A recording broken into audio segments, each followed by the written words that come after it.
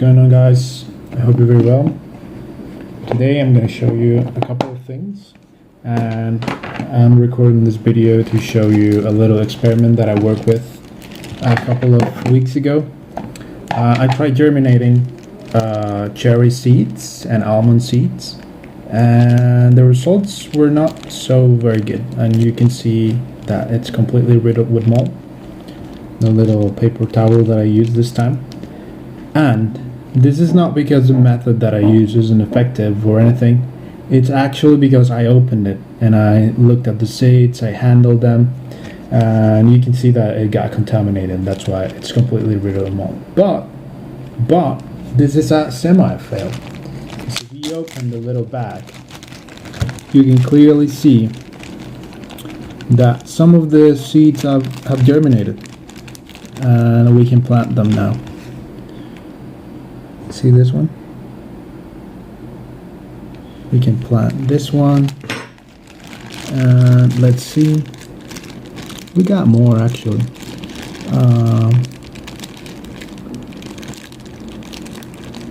This one we can plant as well.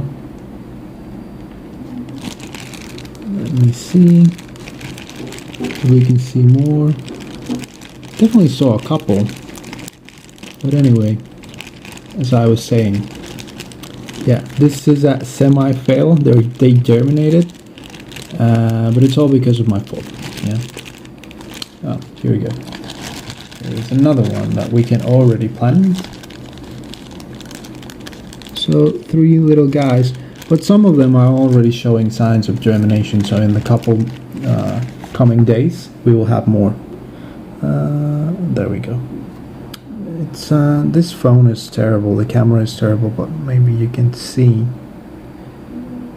Yeah, you can get it to focus. Anyway, here we have them. I'm gonna put them here so you can see this one and this one right here. This is the typical cherry that you buy in the grocery store. In fact, I germinated this from seeds that I got from a little tub that I bought at the supermarket, and so I tried germinating them. So because I bought them from the supermarket, I'm not really sure if they are Prunus Persica, which is the black cherry, wild black cherry, or the Prunus avium, which is the regular, Bing cherry, the red cherry that we all know. So a lot of people have asked me in the previous video on how to germinate cherry blossom trees, when to transplant. This is the perfect stage to transplant them. If the little root starts growing a bit more, it's absolutely no problem. The only thing that you do is, like we can see here, I've got a little top. This is actually one of the ones that I use for the cherry blossom trees. So what you do is that you take the little seedling and then you just place it on the soil like that, and you cover it a little bit, and that's all that we have to do. Yeah. So I use this because we gotta reutilize plastic, and I'm using a very similar substrate mixture.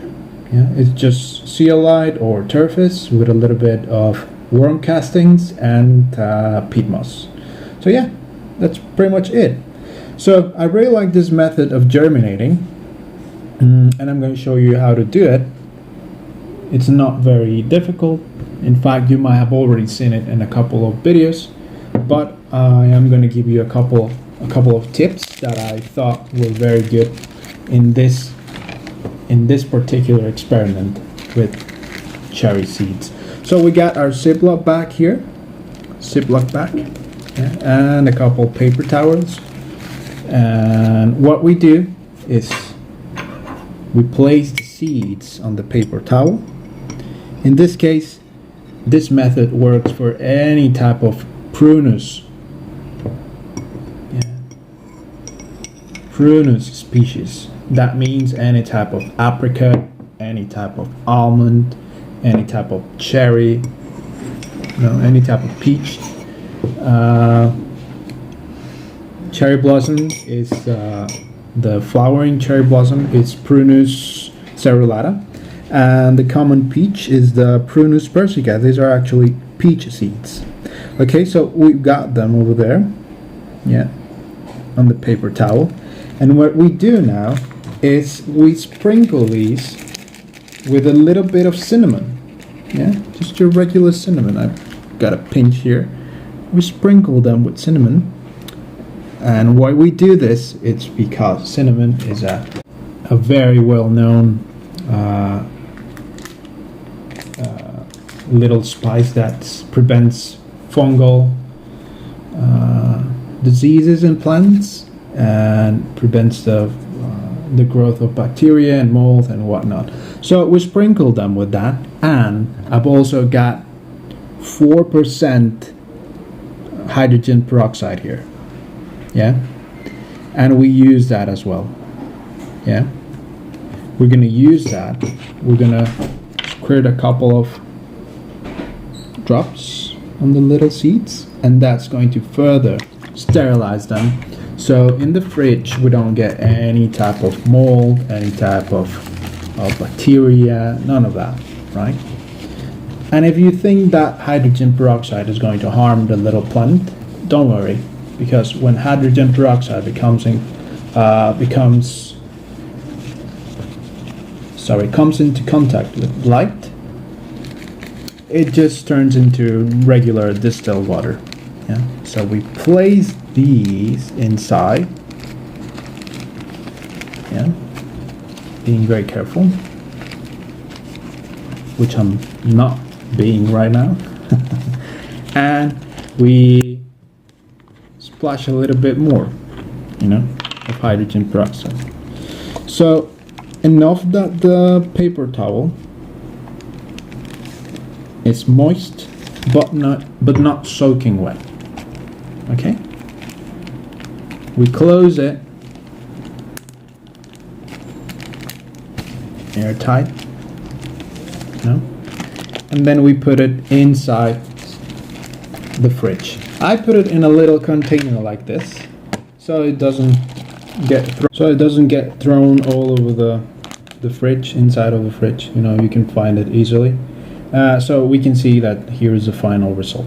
Yeah, you just cover this and you put it inside the fridge. And I should mention that these, the ones that became completely overrun with mold, they were in the fridge for about 5 to 6 weeks. So that's when you can expect the little seeds to germinate, you know. So, especially if they're fresh. If they're fresh, you soak them in water and you see that they're plump. They smell like a little bit like almond oil, you know. They smell fresh and they become a little plump. That means they're fresh, and you can expect the little seeds to germinate in a couple of weeks. Still, after 4 weeks, what I do is that I open the little container and I check its content to see if we've got any new sprouts, like I mentioned before in the comments for that video where I germinated the cherry blossoms. So the last thing that we're going to do is water the ones that we planted here. Okay. I got this little spray bottle with rainwater. So the only thing that I do is this. Okay. Rainwater is amazing for little seeds, for little plants, and in a couple of days I will show you an update as to how these little seeds are doing in their new home. Okay, so the last thing that we're going to do for this video is I'm going to show you a couple of projects that I've got lined up, and then call it a day. Okay, so let's go ahead and take a look at those little projects. So here we have them, 3 little guys. This one is pomegranate. Yeah, I think it was like 2 years ago or 1 year ago, last year, I bought the most beautiful and the biggest pomegranate you could ever imagine. It was delicious. It was super red.